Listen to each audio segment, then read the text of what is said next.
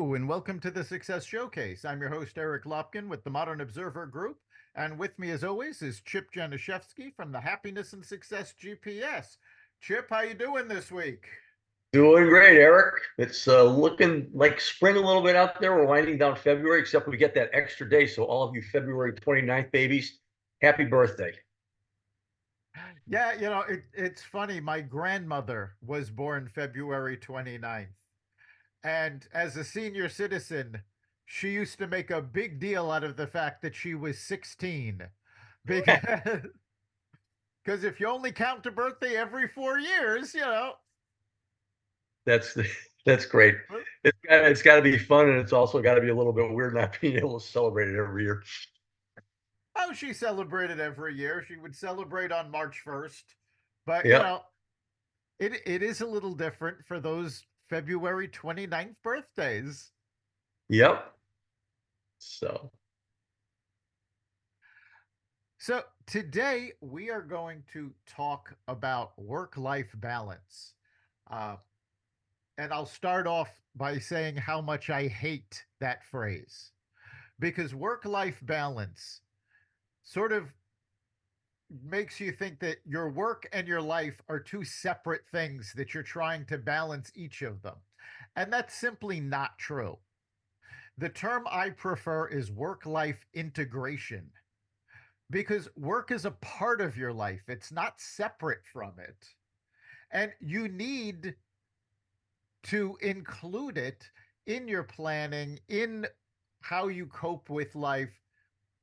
So, dealing with it holistically as part of your life is what I consider step one to really improving your life. Because when you stop trying to silo your work and simply accept, okay, you know what? Most people spend at least 40 hours of their week at work. So this is a pretty big chunk of your time to say, well, that's not part of my life, that's separate. It's like, no, you have to take that time back, especially now that so many people are working remotely, so many people work from home. It becomes more necessary to integrate it into the rest of your life. yeah, absolutely. I love your word integration. Of course, you know me. I had to go online and look up the definition of what does work-life balance mean. But I actually got a really good one. It says health. It says healthy work-life balance refers to maintaining a harmonious relationship between your work and personal life. It involves consciously managing your time and energy to meet both professional and personal commitments while prioritizing self-care and well-being. So I thought that fit pretty well, but I love the word integration because that's exactly what it is. Yeah, that's a great definition. And in fact, the Cleveland Clinic actually put out information about signs that your work life balance needs a reset. Or again, your work life integration needs to be, you know, rebalanced and fixed. And the first of the signs that you need to work on this is that you stop taking care of your body. You're staying up too late, you're having trouble sleeping, you're sitting around all day and not exercising. You get most of your food from a vending machine or a drive through window, or worse, you're just not eating. This is a major sign that you need to be taking this seriously. The second sign is that your mental health is going downhill. You've started noticing signs of anxiety or depression. You're feeling angry or irritable for no apparent reason. You may even experience feelings of dread or restlessness and hopelessness. And if it gets really bad, it could even result in panic attacks and thoughts of suicide. Another sign is that you just don't care anymore. Your work doesn't seem meaningful. You don't feel connected to friends and family, to colleagues or clients. You're going through the motions and not really feeling anything. And finally, one of the big signs that you need to focus on this. And this is something that so many people have nowadays, and they don't even realize it, is that there are no clear boundaries between work and home. You need to put boundaries in place. Even if you're working at home, there needs to be a sense that, yes, when I'm in this place, if I'm at sitting at this desk, I am at work. When I'm not sitting at this desk, or when it's 5 o'clock, or however you decide to set those boundaries up, you are off work. So you're not necessarily taking calls, you're not responding to emails. And you do need to set boundaries. You know, it's very rare that I take a client call after 7 o'clock at night. If somebody is calling me at that point, I send it to voicemail. I will listen to the voicemail. And if it's truly a crisis, then I will call them back. Otherwise, I will call them back at 9 a.m. the next morning. And I have told my clients this. And they understand, most people say, well, I can't, I'll lose the client. I have to be available 24/7. No, your clients want good work life integration as well. So the vast majority of them are going to understand that you are setting those boundaries to be able to spend time with family and friends, to not be working 24/7. Yeah, especially obviously there's so many people working from home and so on, and it's human nature. I mean, whether it's work or whether it's a Facebook post or something else, I mean, we're absolutely dominated by social media out there and all the different ways people can get a hold of us. So, the boundaries things that you talked about, I mean, the next thing that I looked up, obviously, the characteristics of a healthy work-life balance may include, and boundaries was number one, and that's establishing the clear boundaries between the work and the personal life by defining what they are, defining your working hours, just as you said, and separating your work from your personal activities.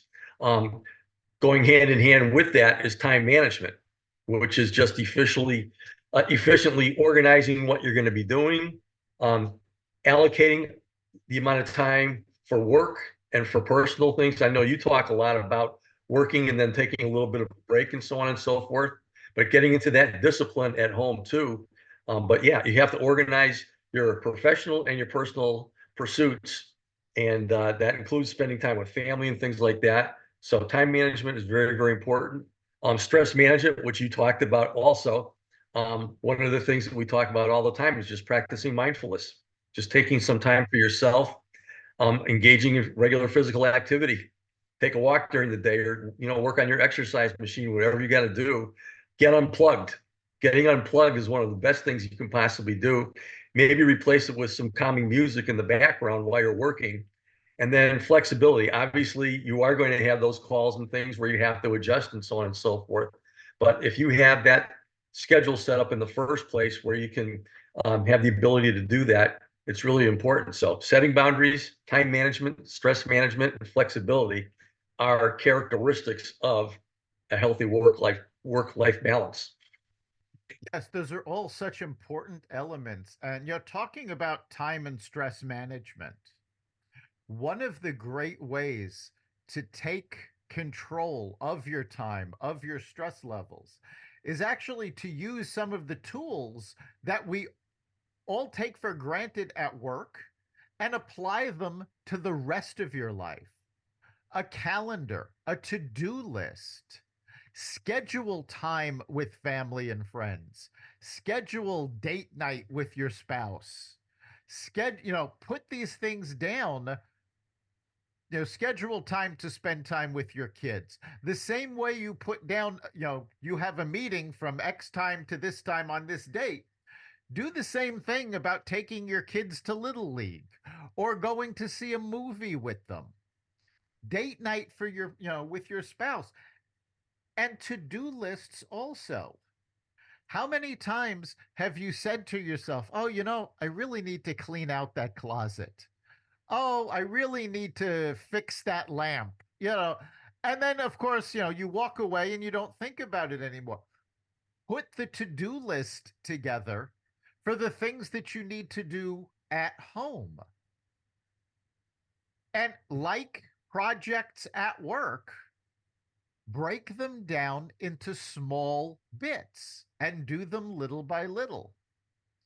I have one friend that every weekend complains that she's got to spend most of Saturday cleaning the kitchen.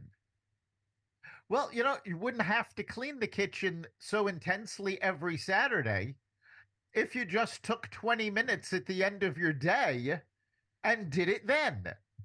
Instead of taking 4 hours out of your weekend, do a little bit each day Yeah, and really. treat it like a project, and broken down into smaller, easier to handle bits. Yeah, I mean, if you set some of these things up as time management habits, like when you're Yeah. done eating, you do the dishes right away, so that that's never a problem. I mean, I can't stand looking at a kitchen that's kind of cluttered anyway, but I do that all the time. And if you do that, obviously, if you walk into a clean room or a clean kitchen or a clean basement or whatever, you're going to feel happier about that. It's going to release your stress as far as that goes. So we talked about time management, but if you can habit some of these things that you know are your Achilles heels right now and put that down on your to-do list with a time to do that, that's so important. So, I mean, if you recreate yourself, and we've talked about that as far as recreating yourself with habits too. And I know we've talked from time to time. I mean, you have your wonderful Biznetics daily planner, and most people look at calendars as just putting in work appointments and this and that and whatever. And you talked about date night, family time, and so on and so forth.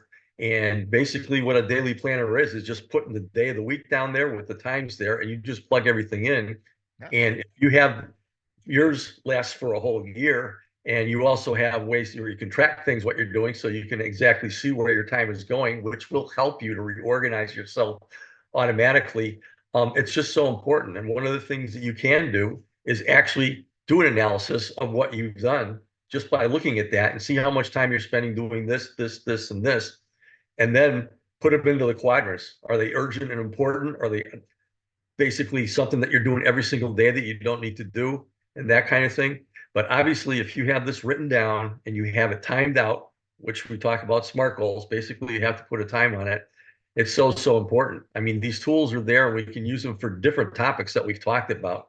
But if you can organize yourself with something like that, it's so, so important. And I mean, you can explain a little bit more what yours is all about, because you have some really, really nice tools in that. And I know you're talking about making it more. We were talking beforehand, maybe making an app at some point in time and so on and so forth. That's on your to-do list ways off a little bit, but what you're tracking there and what you're planning there, including vacations, date nights, and so on and so forth, it's so important. And when you're looking at that and you see that you have these things planned and it's not just work, that is going to help you with your work-life balance because it's right in front of you. Absolutely. When we put together our planner, we did it for our clients, and it's still available at Amazon and through themodernobserver.com. But what we did was we took a 24-hour calendar. So you have the space to schedule your work, schedule your free time, and other things. We have a to do list in there, and we have tracking tools. And this is so important because we tend to waste so much time without realizing it. So, on each page of the planner, you're supposed to put a goal for that day that's going to get you closer to your overall goals. Now, these goals do not have to be business goals, they can be personal goals. Saving money for a vacation, tracking time to a vacation, um, doing a landscaping project around the house, cleaning the garage. These are all projects that you can put on your to do list. And what we did was we have at after each calendar item, you have a circle and a lightning bolt. And the circle, if what you're doing is directly related to one of your goals, you fill that in. If it's something that's necessary but not really goal related, um, work wise, that could be doing paperwork for one of your accounts. For personal, that can be doing the, you have to do the dishes. It's not really a goal, but it has to be done. So you fill in half of the circle. And then if you're just watching television, you're scrolling through social media, those you leave blank. And you'll see how much time you actually have during the day. And it'll surprise you. So you can utilize that time more effectively. Instead of just sitting down in front of the television and just mindlessly watching something after dinner,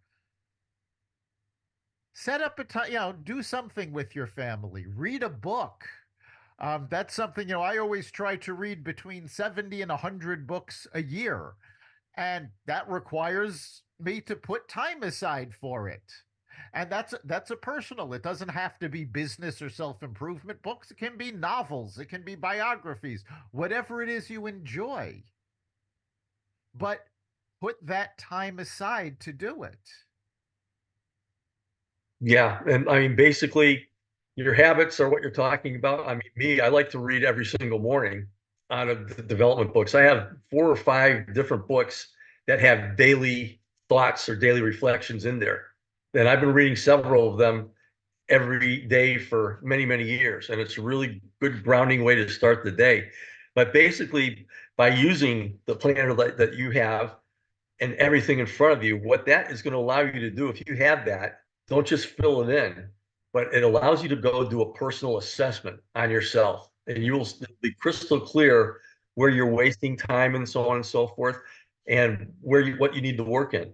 I mean, obviously, if you plug in a half an hour a day to take a walk or to do this or to do that, it's so important to do that. Plug in a positive morning routine and a positive evening routine every single day so that you wake up and you're starting the day with something positive and you're not going to bed worrying about what you just saw on the news. I mean, there's different things that you can do. And by having that in front of you, just take a look at it and things will jump out at you as far as where you can improve right away. And all you got to do is just write it down, change the schedule the next day. It's easier said than done.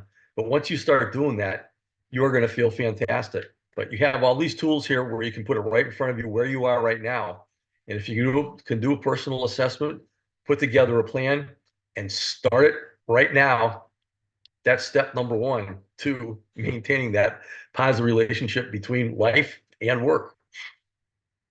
Exactly. It's so important to make that schedule and really commit to doing it. And part of the key to committing to make these changes and to having a better work life integration is, again, the same thing we've talked about with project management, is breaking things down to a simple, you know, habit that you will continue to do. And a great example is exercise. It is so important for all of us to get exercise.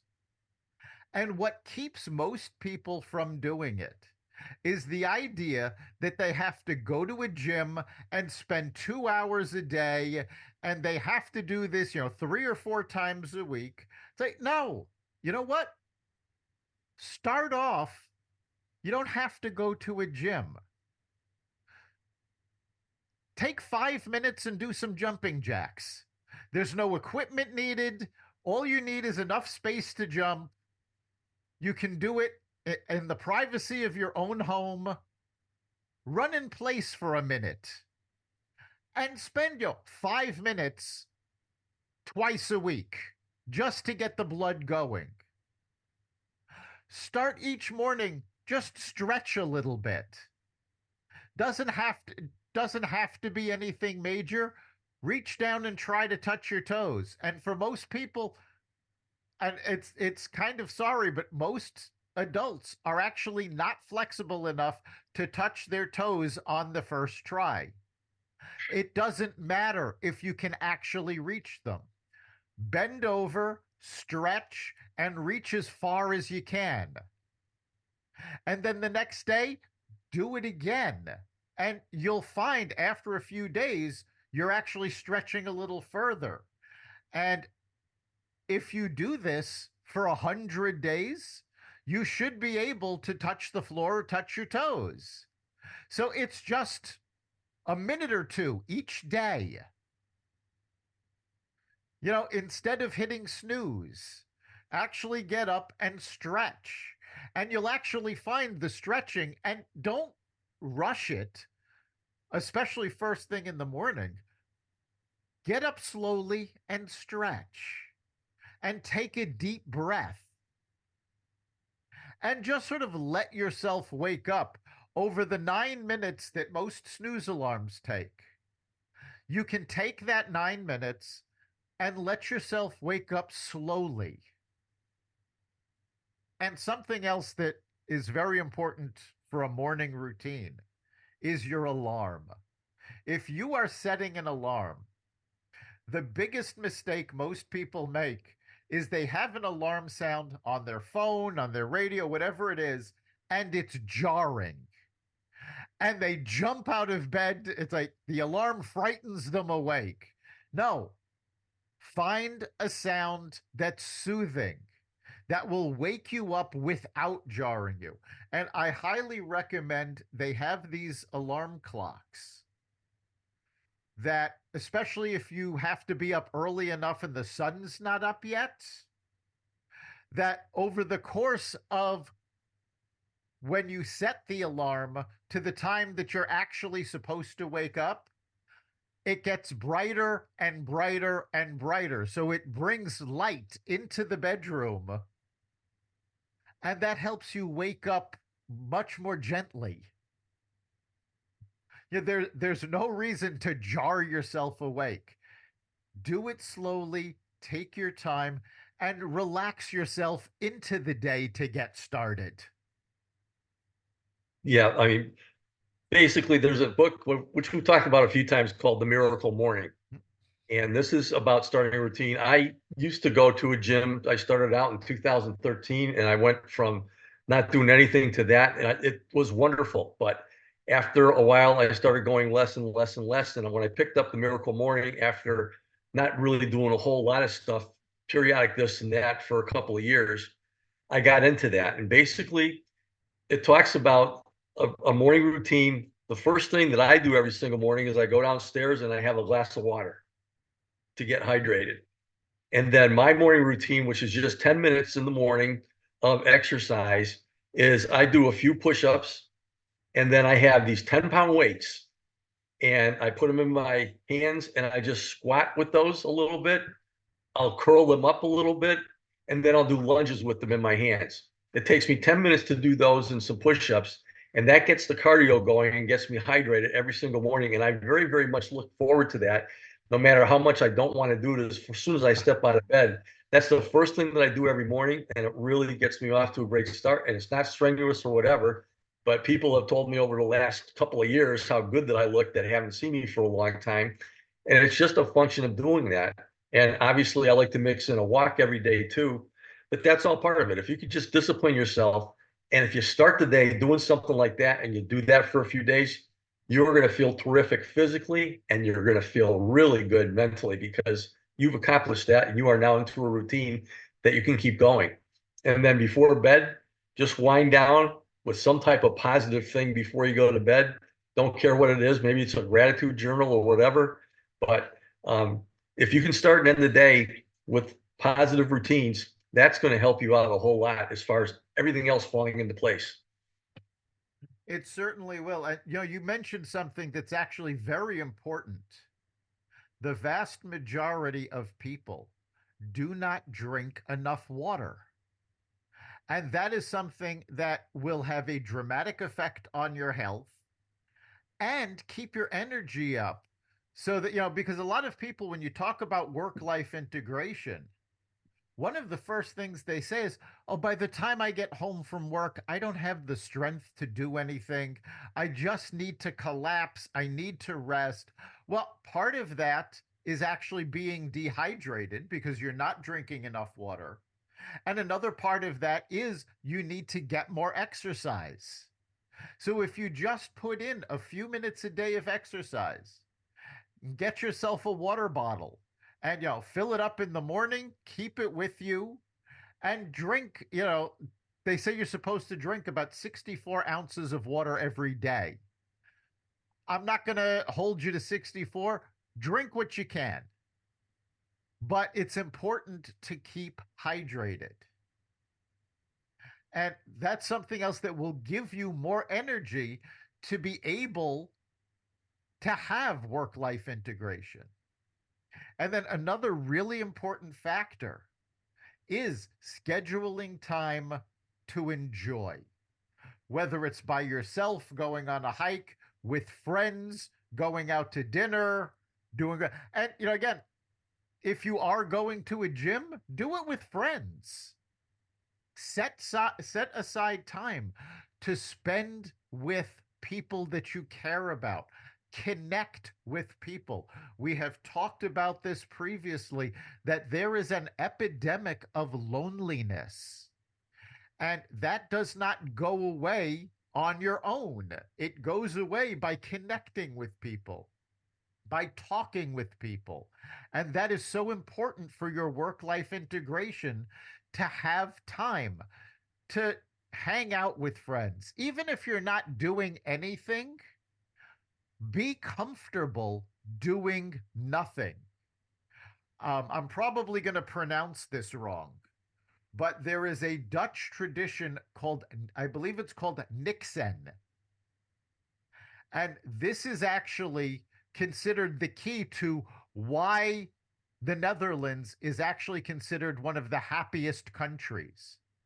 And it's because they take time to do nothing, and they're comfortable doing nothing. They don't have, so many people here in America say, well, how are you doing? Oh, busy, very busy, like it's a badge of honor.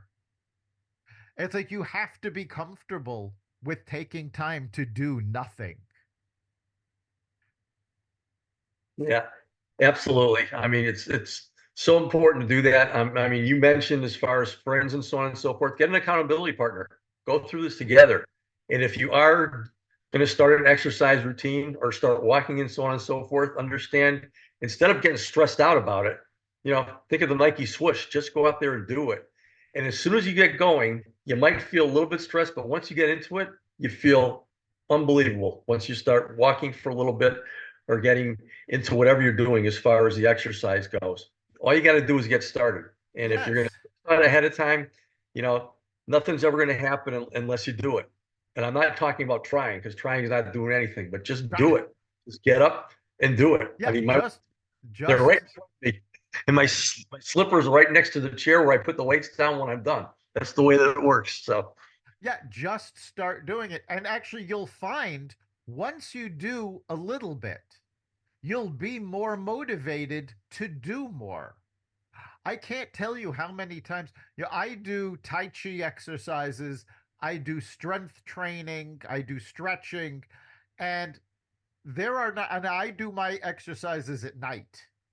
And there are a lot of nights where I will go, all right, you know what?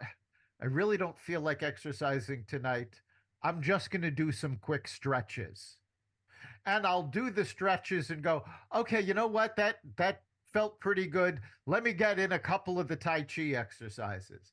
And then I will do that and they'll go, okay, you know what? I'm feeling better. Let me grab the dumbbells. Let me do some of the strength. And I will, before you know it, I've gotten in a full workout because I didn't say, oh, I have to do all these things. It's like, I'm just going to do a little bit and then, do a little more. And you'd be amazed at how much easier that makes it. All right. So we are, according to the clock on the wall, we are just about out of time. So, Chip, what do you think the big takeaway for our listeners is this week? no, we were using some examples at the end of this. We were just getting started with that. And what getting started does as it develops the momentum that you're talking about, where, okay, I just want to do a little bit of stuff, and you go through your whole routine before you go to bed. And that's really how it happens. If you can get started, it's so, so important. One thing that we didn't mention as far as the work side of things go is that if you are unhappy with your job, part of your routine should be to look for something else and day by day do something towards that. So it's really, really important to do that. But the bottom line is there's so many tools out there. Assess where you're at right now and start planning on paper or whatever you want to use to plan, and get that routine going on a day-to-day basis and make sure that you're doing it. The key is just getting started. And that's the toughest thing to do. But you know what? Once you start that, you're going to look forward to getting started every day once you're into the routine, because you're going to find that your head is so much better and you're going to feel so much more accomplished with yourself, that person in the mirror, which is so important, that things are going to fall into place very nicely for you. But you got to get started somewhere. So just do it. Yes, whether it's a work project, a home project, a part of your daily life, taking action is the key. And again, it doesn't have to be a grand action. Little steps every day make the difference. And something that you were just alluding to that is so important is that if there is a part of your life that you are not happy with, you have the power to change it. If you're not happy with your job, find a new one. If you are feeling alone, go out to a coffee shop, go out to a bar. It doesn't matter if you're going by yourself. Sit at the bar, sit somewhere where there's other people and strike up conversations with them. You have the power to do this. There's nothing stopping you except you. And that is actually the takeaway from all of this, is that if you want better work-life integration, go out and make it happen.